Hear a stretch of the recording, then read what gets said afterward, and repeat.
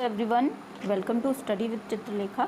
जैसा कि आप लोग जानते हो, हम लोग यूपीपीसीएस प्रीलिम्स 2024 और यूपी आरओ का जो री एग्ज़ाम होना है दिसंबर मंथ में, उसके लिए प्रिपरेशन कर रहे हैं और जिसके लिए हम लोग डेली बेसिस पर प्रैक्टिस सेट सॉल्व करते हैं। आज की क्लास में हम लोग आरओ का या यूपीपीसीएस का प्रैक्टिस सेट तो नहीं सॉल्व कर रहे हैं, लेकिन यूपी स्पेशल के करंट अफेयर्स देख रहे हैं। देखिए, मंथली करंट अफेयर्स हम लोग कर रहे हैं और अभी तक हम लोग जुलाई मंथ के जो नेशनल इंटरनेशनल करंट अफेयर्स होते हैं वो हम कर चुके हैं। अगस्त मंथ का जल्दी ही मंथ एंड तक आपको मिलेगा, मंथ एंड में मिलेगा या फिर सितंबर के फर्स्ट वीक में आपको मैं current affair, monthly current affair available करवाऊंगी, नेशनल प्लस इंटरनेशनल। आज की क्लास में हम यूपी स्पेशल करंट अफेयर करने जा रहे हैं।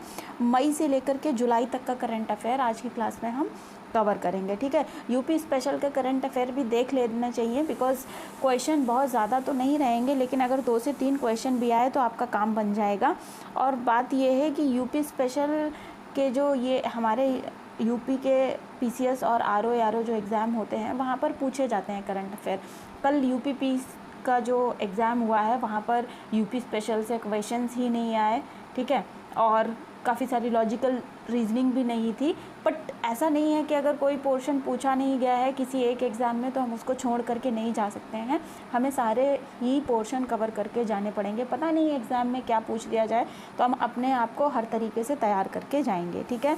आप लोगों में से कोई अगर पहली बार ये क्लास को देख रहा है और चैनल पर पहली बार आया है तो चैनल को सब्सक्राइब करके बेल आइकन प्रेस कर लीजिएगा, क्योंकि आपकी अच्छी तैयारी करवाने के लिए, आप लोगों का प्रैक्टिस रिवीजन डेली बेसिस पर कराने के लिए मैं रोज़ एक प्रैक्टिस सेट लेकर के आती हूँ, जो कि टेक्स्ट बुक का या फिर किसी इंस्टीट्यूशन जैसे कि दृष्टि या ध्येय का क्या होता है, प्रैक्टिस सेट होता है, ठीक है। तो आप लोगों में से जिन लोगों ने भी ये चैनल सब्सक्राइब नहीं किया है, चैनल सब्सक्राइब कर लीजिए, बेल आइकन प्रेस कर लीजिएगा, जिससे नोटिफिकेशन आपके पास पहुंच जाएगा और आप लोग अपना रिवीजन जल्दी से जल्दी कर पाएंगे। और दूसरी बात ये कि अगर आप लोगों को क्लास पसंद आती है तो क्लास को लाइक ज़रूर किया करिए। अगर कोई सजेशन होता है तो आप लोग कमेंट बॉक्स में मुझे बता सकते हो, कोई सजेशन है या आपकी कोई क्वेरी है तो वो भी मेरे साथ ज़रूर शेयर करिए, जिससे कि मैं आपकी दुविधा का, आपकी क्वेरी का, आपके सजेशन का जल्दी से जल्दी निवारण कर पाऊँ। सजेशन होगा तो मैं उसको इम्प्लीमेंट करूँगी और क्वेरी या कोई दुविधा होगी, क्वेश्चन होगा तो उसको हम लोग सॉर्ट आउट करेंगे, ठीक है। चलिए आज की क्लास को शुरू करते हैं और पहला क्वेश्चन देखते हैं। हाल ही में कांस फेस्टिवल में अपनी उपस्थिति के कारण चर्चा में रही नैन्सी त्यागी कहाँ से हैं? तो नैन्सी त्यागी जो है उत्तर प्रदेश से बिलोंग करती हैं। ये बागपत ज़िले का एक गांव है, वहाँ से बिलोंग करती है नैन्सी त्यागी, ठीक है। नैन्सी त्यागी क्या है, ये अभी कांस फिल्म फेस्टिवल हुआ था, फ्रांस में आयोजित हुआ था, तो वहाँ पर नैन्सी त्यागी अपने आउटफिट के कारण बहुत चर्चा में रही, ठीक है। इसी कारण तभी से ये चर्चा में आ गई। कांस फिल्म फेस्टिवल कब से कब तक हुआ था? तो ये 23 मई को शुरू हुआ था, ठीक है, 23 मई 2024 में।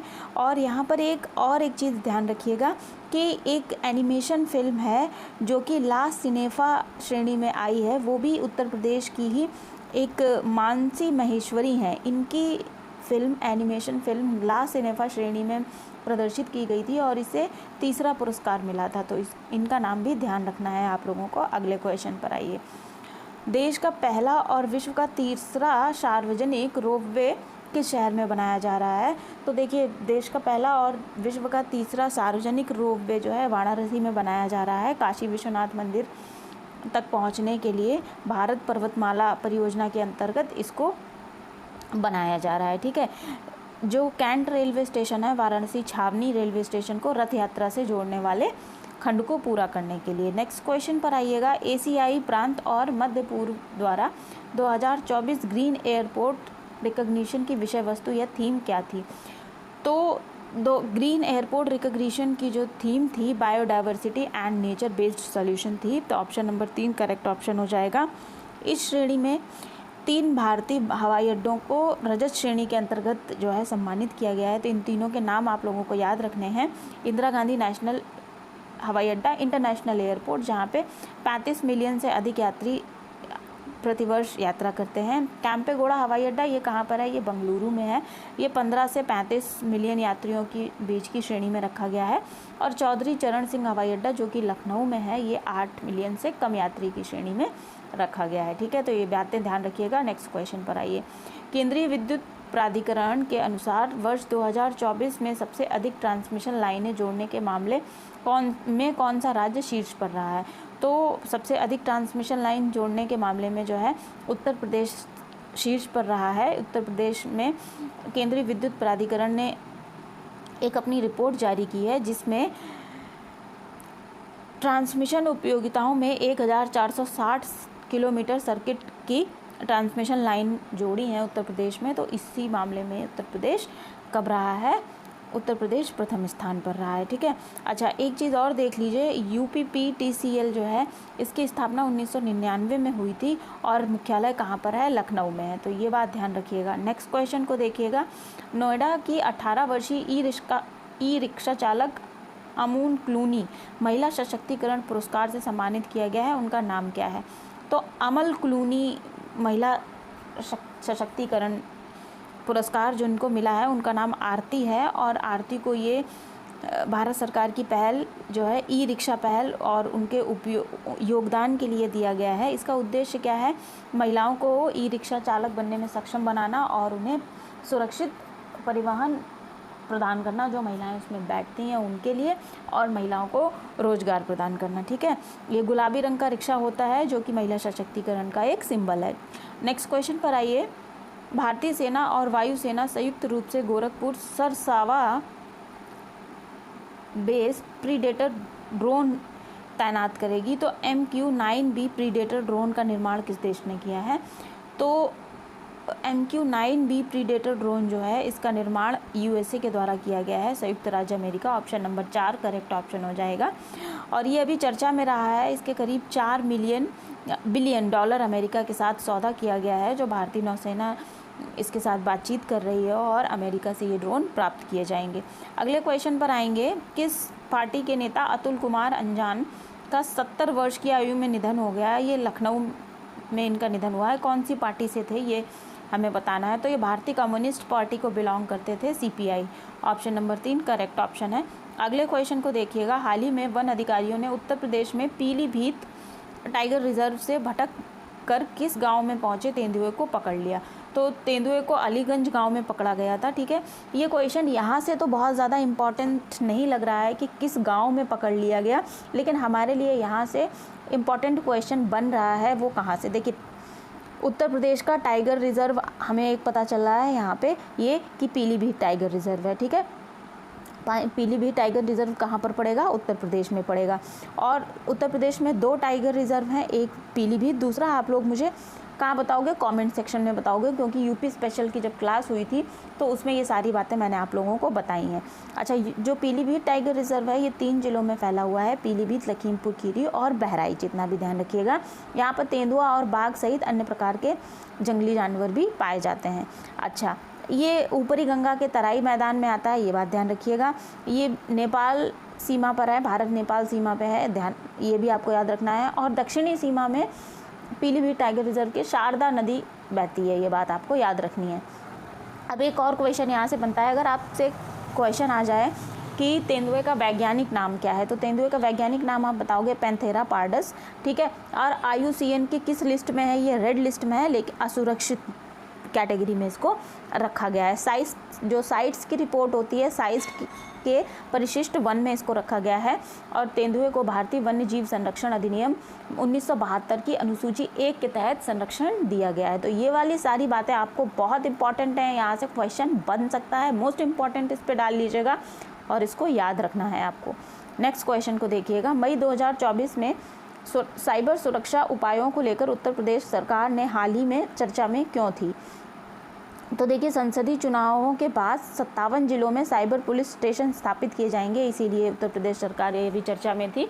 साइबर हमलों को कम करने के लिए उत्तर प्रदेश सरकार ने ये फैसला लिया है कि 57 जिलों में साइबर पुलिस स्टेशन स्थापित किए जाएंगे। अगर आप लोग ध्यान दे रहे होगे, जो छोटे स्टेशन होते हैं जहाँ पे अगर आप लोग कभी पुलिस लाइन के सामने से निकलो तो इस प्रकार के जो साइबर स्टेशन हैं ये पुलिस लाइन में ही स्थापित किए गए हैं। तो आप अपने अपने शहर से अगर कभी निकलते हैं तो एक बार देखिएगा, आपको ये दिखाई देंगे, क्योंकि जो परेड ग्राउंड होता है वहाँ पर आपको ये उसी के आसपास जो भी स्पेस एरिया होता है वहाँ पर देखने को मिलेगा। और कमेंट सेक्शन में मुझे बताइएगा कि आप लोगों ने किस शहर से वीडियो देखा, तो मुझे पता चलेगा कि मेरी ऑडियंस कहाँ कहाँ से बिलोंग करती है। ठीक है, चलिए अगले क्वेश्चन पर आइएगा। हाल ही में बनारस हिंदू विश्वविद्यालय के चिकित्सा विज्ञान संस्थान का जेरिएट्रिक मेडिसिन विभाग चर्चा में क्यों रहा है?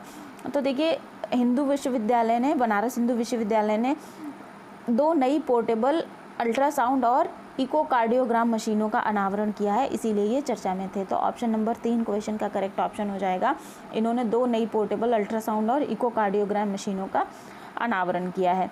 अगले क्वेश्चन को देखिएगा। मई 2024 को मनाई जाने वाली 4 मई 2024 को वल्लभाचार्य जयंती किस प्रमुख प्रसिद्ध हिंदू विद्वान और भगवान कृष्ण के भक्त के जयंती के उपलक्ष्य में मनाई जाती है? तो देखिए, इस क्वेश्चन का आंसर तो अब वल्लभाचार्य जयंती है, तो श्री वल्लभाचार्य के जन्मदिन के उपलक्ष्य में मनाई जाएगी, ये बिल्कुल सही बात है। लेकिन यहाँ से अगर क्वेश्चन बना कि वल्लभाचार्य ने जो है एक स्कूल का प्रतिपादन किया था, एक भक्ति मार्ग का प्रतिपादन किया था, उसका नाम क्या था? तो आप लोग क्या बताओगे? तो देखिए, वल्लभाचार्य ने जिस भक्ति मार्ग का प्रतिपादन किया था, जिस दर्शन का प्रतिपादन किया था, उसका नाम था शुद्धाद्वैतवाद। ठीक है, द्वैतवाद याद रखिएगा, वल्लभाचार्य ने इसका प्रतिपादन किया था। और ये कृष्ण भक्त थे, इन्होंने कृष्ण भक्ति के क्षेत्र में शुद्धाद्वैतवाद का प्रतिपादन किया था और केंद्र में कृष्ण को रखा था।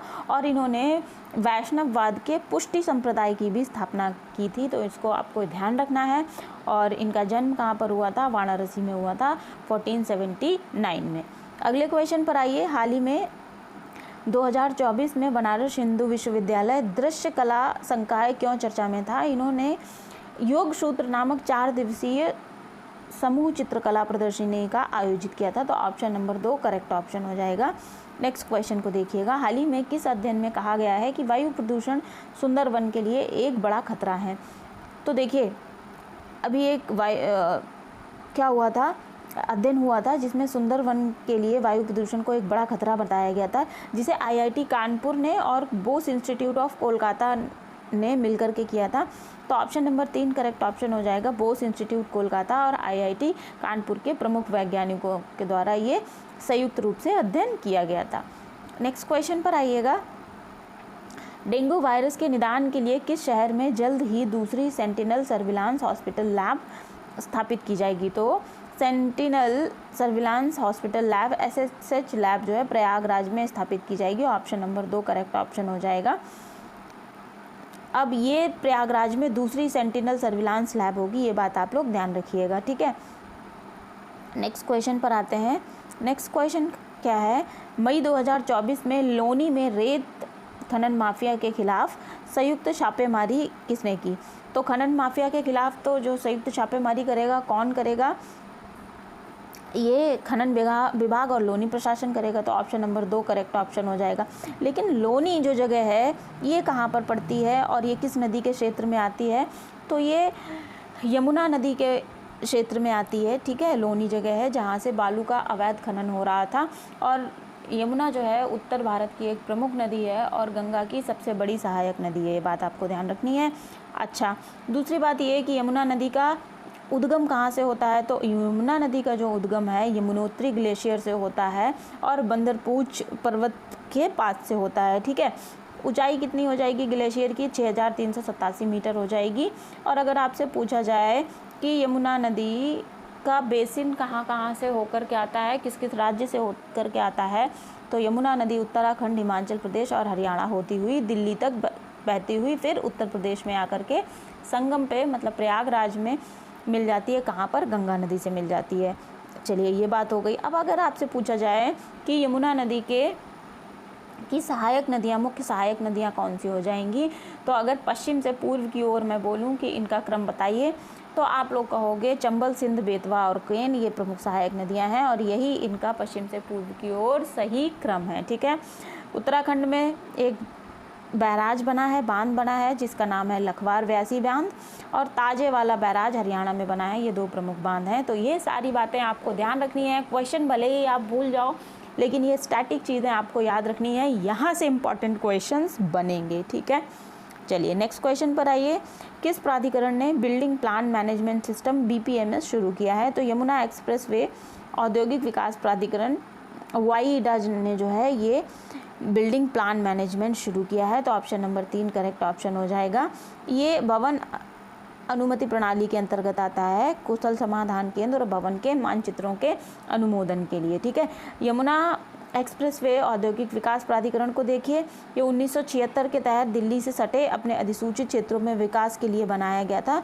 यदि योजनाबद्ध तरीके से शहर नहीं बसाया जाता है तो शहरी विकास के लिए क्या होती है, ये चीज़ें नुकसानदायक हो जाती हैं। आप लोगों ने सुना होगा, देखा होगा, मेट्रोपॉलिटन बाढ़। मेट्रोपॉलिटन बाढ़ जो है एक बहुत ही इम्पॉर्टेंट टर्म है, इसे शहरी बाढ़ कहते हैं। शहरी बाढ़ क्या होती है? शहरी बाढ़, देखिए शहरों में तो नदियाँ नहीं बहती हैं, लेकिन शहरी बाढ़ आने का कारण क्या होता है? वो ये होता है कि जो शहर होते हैं उनके घरों, जो सोसाइटीज़ होती हैं, जो वहाँ पर निर्माण किया गया होता है मकानों का, घरों का, ऑफिसेज़ का, यदि वहाँ पर जल निकासी की जो प्रणाली है समुचित नहीं है, वर्षा होती है, आजकल वर्षा क्या होता है कि वर्षा की मात्रा या तो बहुत कम या बहुत अधिक होती है, तो वर्षा का जल जब सब ठीक तरीके से नहीं निकल पाता है तो क्या होता है, बाढ़ की स्थिति उत्पन्न हो जाती है। यही जो टर्म है ये मेट्रोपॉलिटन बाढ़ कहलाता है। ठीक है, अब नेक्स्ट क्वेश्चन पर आइए।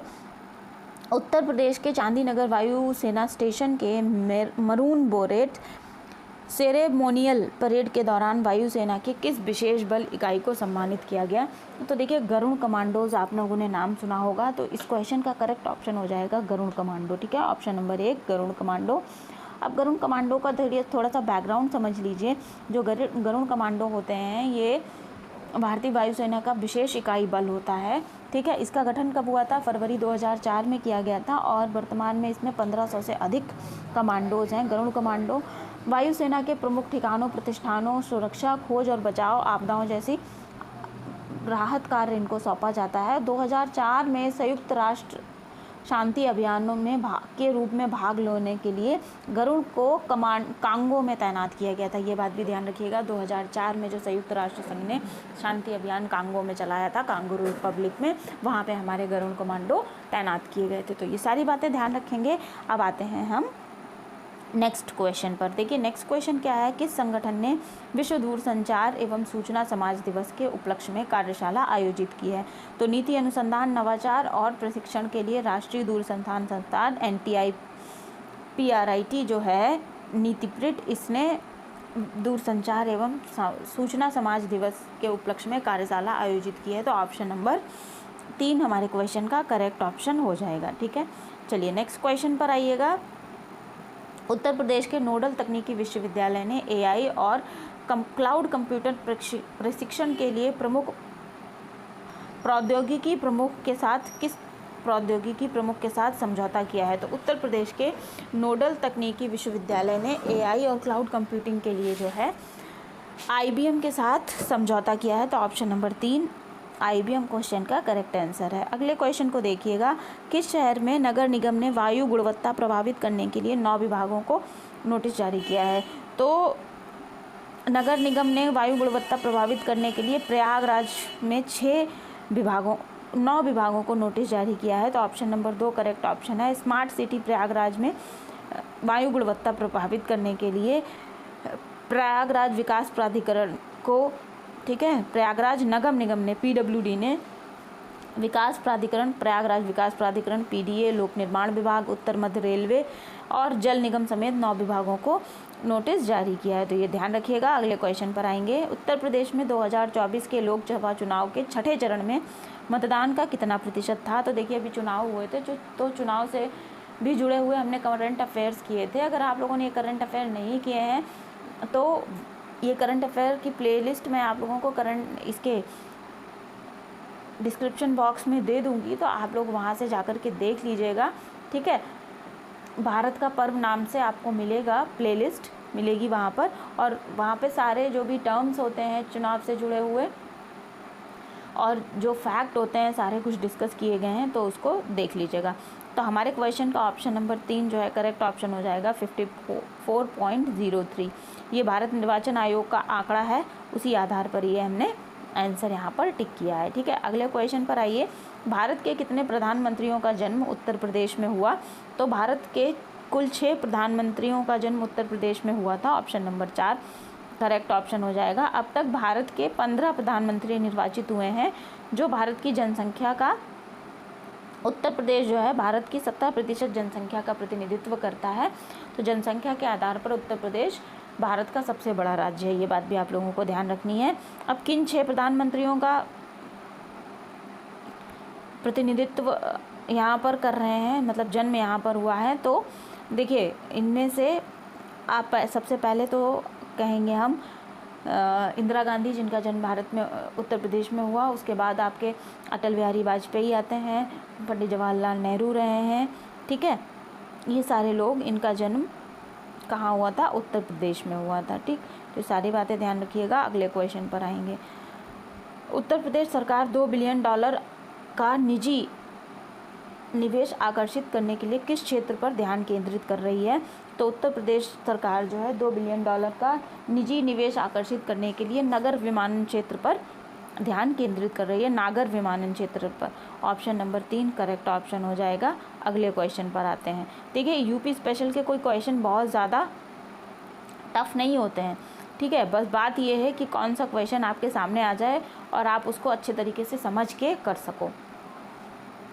चलिए क्वेश्चन देखते हैं। हाल ही में मई 2024 में दिल्ली के इंदिरा गांधी अंतर्राष्ट्रीय हवाई अड्डे पर वाराणसी जाने वाली इंडिगो की उड़ान में बम की धमकी मिलने के बाद इंडिगो की उड़ान से यात्रियों को निकालने के लिए किस तरीके का इस्तेमाल किया गया था? कहने का मतलब ये है कि जो इंडिगो की फ़्लाइट है वहाँ पर उसको रोका गया था अचानक से, सडनली। ठीक है, जब बम से उड़ाने का जो धमकी मिली थी उसके बाद, तो वहाँ पे किस तरीके का इस्तेमाल किया गया था? जब आपातकालीन लैंडिंग हुई या आपातकालीन द्वार से यात्रियों को उतारना पड़ा, तो कौन सी प्रोसेस यूज़ की गई? तो निकासी स्लाइड्स जो है यूज़ किए गए थे। निकासी स्लाइड्स क्या होते हैं? एक फुलाए जाने योग्य स्लाइड्स होते हैं जो यात्रियों को आपातकाल की स्थिति से सुरक्षित रूप से बाहर निकालने की अनुमति देती है। और जब आप लोगों में से काफ़ी लोगों ने फ़्लाइट से ट्रैवलिंग की होगी, तो जो इसका दरवाज़ा होता है, ठीक है, फ़्लाइट का, ये काफ़ी ऊपर होता है ज़मीन से।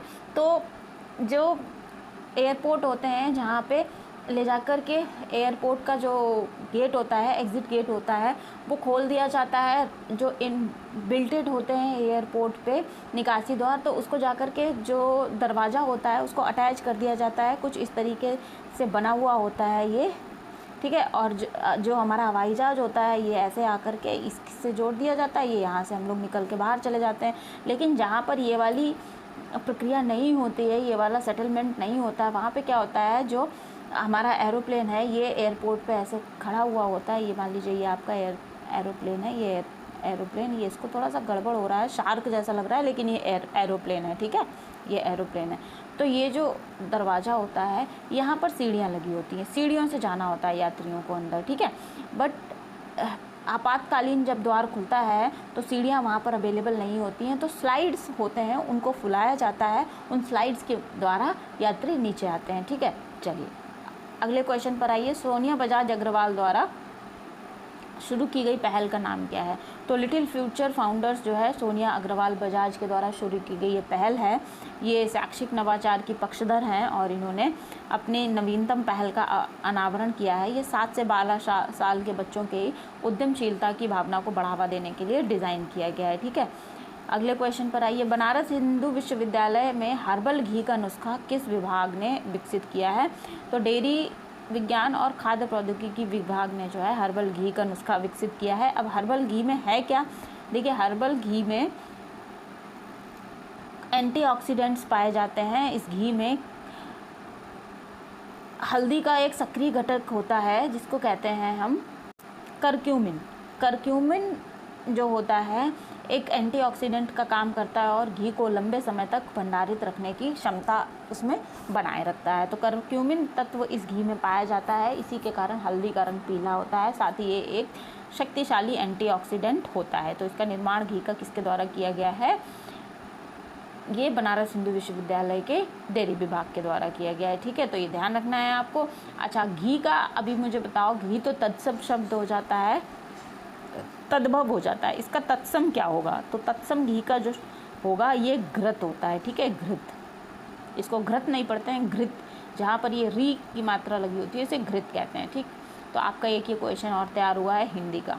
नेक्स्ट क्वेश्चन देखिए, उत्तर प्रदेश सरकार ने वित्तीय वर्ष 2024-25 के लिए राजमार्गों और तटीय सड़कों में निवेश करने के लिए कितनी राशि निर्धारित की है? तो 45,000 करोड़ राशि निर्धारित की है, ऑप्शन नंबर 2। नेक्स्ट क्वेश्चन को देखिएगा, किस न्यायालय ने उत्तर प्रदेश जमींदारी उन्मूलन और भूमि सुधार अधिनियम 1950 की धारा 169(3) में 2004 के तहत संशोधन को रद्द कर दिया है?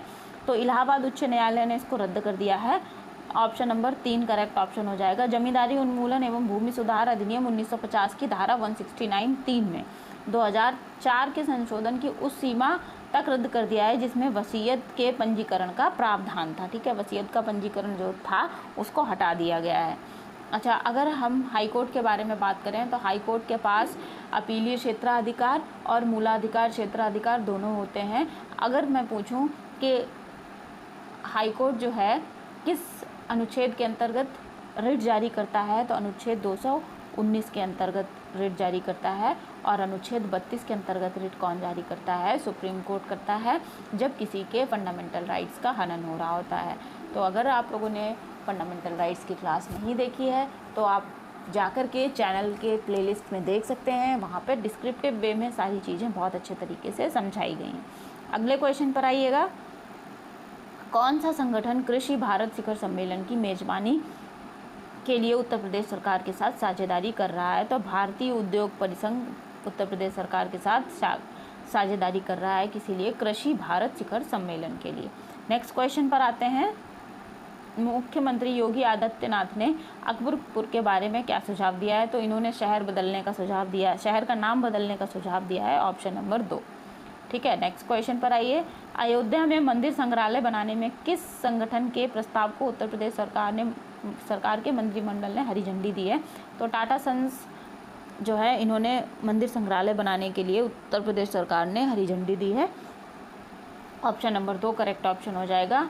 और 650 करोड़ की लागत से जो है बनेगा क्या? यहाँ पर मंदिर संग्रहालय बनेगा। ठीक है, चलिए अगले क्वेश्चन पर आइएगा, विश्व का पहला एशियाई किंग गिद्ध संरक्षण एवं प्रजनन केंद्र कहाँ पर स्थापित किया जा रहा है? ये बहुत इंपॉर्टेंट क्वेश्चन है। तो एशियाई किंग गिद्ध संरक्षण एवं प्रजनन केंद्र जो है विश्व का पहला केंद्र, ये उत्तर प्रदेश में स्थापित किया जाएगा, जिसका नाम जटायु संरक्षण एवं प्रजनन केंद्र होगा। ठीक है, और ये कहाँ पर है? तो ये जो है आपको गोरखपुर में मिलेगा। और अगर बात की जाए एशियाई किंग गिद्धों की, तो ये IUCN की रेड लिस्ट में है, क्रिटिकली इंडेंजर्ड लिस्ट में है। ठीक है, मतलब गंभीर रूप से असुरक्षित वाली कैटेगरी में आते हैं। और जो डाइक्लोफेनेक्स का यूज़ होता था, जानवरों की जो दर्द निवारक थी, उनके अत्यधिक सेवन के कारण ये गिद्ध विलुप्त हो चुके हैं, होते जा रहे थे, हुए नहीं हैं, भी विलुप्त होने की कगार पे थे। तो इनको ही बचाने के लिए ये पहल सारी की जा रही हैं। ठीक है, चलिए ये सारी बातें जो मैंने आपको बताई ये यहाँ पर लिखी हुई हैं। नेक्स्ट क्वेश्चन पर आइएगा, वाराणसी में लाल बहादुर शास्त्री अंतर्राष्ट्रीय हवाई अड्डे के विस्तार के लिए कैबिनेट ने कितनी राशि की मंजूरी दी है? तो 2870 करोड़ रुपए की मंजूरी दी है वाराणसी लाल बहादुर अंतर्राष्ट्रीय के विस्तार के लिए, तो ऑप्शन नंबर 2 करेक्ट ऑप्शन हो जाएगा। नेक्स्ट क्वेश्चन पर आइए, और वाराणसी का जो बमरौली हवाई अड्डा था उसका नाम बदलकर लाल बहादुर शास्त्री हवाई अड्डा कर दिया गया है, तो ये भी आपको ध्यान रखना है। PM किसान योजना की 17वीं किस्त के अंतर्गत कितनी राशि जारी की गई है? तो PM किसान योजना के अंतर्गत 17वीं किस्त की राशि कितनी जारी की गई है? 20,000 करोड़ रुपए जारी की है। इसमें क्या होता है, PM किसान सम्मान निधि जो किसानों को दी जाती है, ठीक है, इसमें 2,000 रुपये प्रति तिमाही दिए जाते हैं, कुल 6,000 रुपये एक वर्ष में किसानों को सम्मान निधि दी जाती है। अगले क्वेश्चन पर आइए, उत्तर प्रदेश और बिहार के उन शहरों के नाम बताइए जिनके नाम पर मंगल ग्रह पर हाल ही में खोजे गए क्रेटरों का नाम रखा गया। बहुत ही इंपॉर्टेंट क्वेश्चन है ये, नाम ध्यान रखना है। तो उत्तर प्रदेश में एक शहर है जिसका नाम है मुरसान और बिहार में है हिल्सा। इन दो शहरों के नाम पर मंगल ग्रह पर जो क्रेटर खोजे गए हैं उनके नाम रखे गए हैं। ठीक है, तो इनको ध्यान रखना है। हम चलते हैं आगे अगले क्वेश्चन पर। अंतर्राष्ट्रीय डिजिटल शिक्षक ओलंपियाड 2024 में रैंक 1 किसने हासिल किया है? तो ये शिल्पी अग्रवाल ने किया है, तो ऑप्शन नंबर 4 क्वेश्चन का करेक्ट ऑप्शन हो जाएगा। Portland track festival 2024 athletics meet में महिलाओं की 10,000 मीटर स्पर्धा किसने जीती? तो पोर्टलैंड ट्रैक फेस्टिवल 2024 में एथलेटिक्स में महिलाओं की जो 10,000 मीटर की स्पर्धा आई है संजीवनी जाधव ने जीती थी। ठीक है, ऑप्शन नंबर 1 करेक्ट ऑप्शन हो जाएगा। और अगर पूछा जाए पुरुषों के बारे में तो ये अविनाश साबले थे जिन्होंने जीता। अगले क्वेश्चन पर आइएगा। राष्ट्रीय मानवाधिकार आयोग ने राजस्थान, मध्य प्रदेश, उत्तर प्रदेश और गुजरात के कुछ हिस्सों में उन्मूलन के लिए क्या प्रथा के उन्मूलन का आह्वान करा है? देखिए, राष्ट्रीय मानवाधिकार आयोग ने एक बहुत ही कुप्रथा थी जिसका नाम था नाता प्रथा। ठीक है, राजस्थान, मध्य प्रदेश, उत्तर प्रदेश और गुजरात के कुछ हिस्सों में चलती थी, उसके उन्मूलन का आह्वान किया है, तो नाता प्रथा ऑप्शन करेक्ट ऑप्शन हो जाएगा। ठीक है, नाता प्रथा है क्या?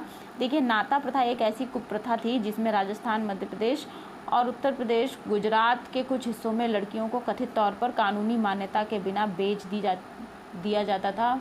लड़कियों को, कन्याओं को, बालिकाओं को बेच दिया जाता था और उनकी गैर कानूनी रूप से शादी कर दी जाती थी। ठीक है, तो इसको ध्यान रखेंगे। अगले क्वेश्चन पर आते हैं। राष्ट्रीय स्तरीय समन्वय समिति की पहली बैठक का मुख्य फोकस क्या था? तो प्रमुख अनाज भंडारण की जो योजनाएं हैं ये इस बैठक का प्रमुख फोकस था, तो ऑप्शन नंबर 2 क्वेश्चन का करेक्ट ऑप्शन हो जाएगा। अगले क्वेश्चन पर आइएगा। नमामि गंगे एवं जल आपूर्ति अनुभाग द्वारा जारी अधिसूचना के अनुसार उत्तर प्रदेश में के कितने जिलों में भूस्तर में वृद्धि हुई है? तो कुल 32 जिलों के भूजल स्तर में वृद्धि हुई है, तो ऑप्शन नंबर 3 क्वेश्चन का करेक्ट ऑप्शन हो जाएगा। नेक्स्ट क्वेश्चन को देखिएगा। तीसरे बैच के अग्निवीरों ने भारतीय सेना के 3 और 9 गोरखा राइफल्स में शामिल होने के लिए परेड ग्राउंड पर मार्च किया। कहाँ पर ये हुआ था हमें ये बताना है। तो वाराणसी में अग्निवीर के जो तीसरी परेड हुई, ये कहाँ पर हुई? वाराणसी में हुई थी। और अग्निवीर योजना शुरू कब हुई थी, ये बात ध्यान रखने वाली है, तो ये आपको ध्यान रखना पड़ेगा। ये अग्निवीर योजना जो है 2022 में शुरू की गई थी। अग्निवीर योजना क्या है? अग्निवीर योजना के तहत युवाओं को 4 वर्ष की अवधि के लिए सशस्त्र बलों में सेवा प्रदान करने का अवसर दिया जाएगा। उसके बाद कुछ युवा 25% युवा जो है सशस्त्र बलों में ही रहेंगे अपनी परफॉर्मेंस के आधार पर, बाकी के वहाँ से वापस आ जाएंगे और उनको आगे नौकरियों में आरक्षण दिया जाएगा। कुछ इस प्रकार से ये सारी व्यवस्थाएं की गई हैं। ठीक है, उन्हें ही अग्निवीर कहा जाता है। अगले क्वेश्चन पर आइएगा। मालवीय मिशन शिक्षक प्रशिक्षण कार्यक्रम के तहत IIT वाराणसी में 24 दिवसीय फैकल्टी इंडक्शन प्रोग्राम का उद्घाटन किया गया। मालवीय मिशन शिक्षक प्रशिक्षण कार्यक्रम को किसने प्रायोजित किया? तो विश्वविद्यालय अनुदान आयोग UGC ने प्रायोजित किया था। ऑप्शन नंबर 2 क्वेश्चन का करेक्ट ऑप्शन हो जाएगा। अगला क्वेश्चन है। QS वर्ल्ड यूनिवर्सिटी रैंकिंग 2025 में समग्र श्रेणी में भारतीय सूचना प्रौद्योगिकी संस्थान इलाहाबाद का कौन सा स्थान था? तो QS वर्ल्ड यूनिवर्सिटी रैंकिंग 2025 में 46वां स्थान प्राप्त किया है, तो ऑप्शन नंबर 3 क्वेश्चन का करेक्ट ऑप्शन है। नेक्स्ट क्वेश्चन को देखिएगा। अल्टीमेट फाइटिंग चैंपियनशिप में मुकाबला जीतने वाले पहले भारतीय कौन बने हैं? तो UFC में मुकाबला जीतने वाली पहली भारतीय पूजा तोमर बनी है। ऑप्शन नंबर 4 क्वेश्चन का करेक्ट ऑप्शन हो जाएगा, पूजा तोमर। अगले क्वेश्चन को देखिएगा। भारत के किस पवित्र शहर को सतत चुनौती में भाग लेने के लिए विश्व स्तर पर 3 शहरों में से एक के रूप में चुना गया है? तो वाराणसी इस क्वेश्चन का करेक्ट ऑप्शन है, ऑप्शन नंबर 3। ठीक है, अगले क्वेश्चन को देखिएगा। किस मुख्यमंत्री ने विस्तृत अध्ययन और कार्य योजना के बाद 4 नए लिंक एक्सप्रेसवे शुरू करने की घोषणा की है? तो योगी आदित्यनाथ ने ये घोषणा की है, जो कि उत्तर प्रदेश के मुख्यमंत्री हैं, तो ऑप्शन नंबर 4 करेक्ट ऑप्शन हो जाएगा। ठीक है, अगले क्वेश्चन को देखिएगा।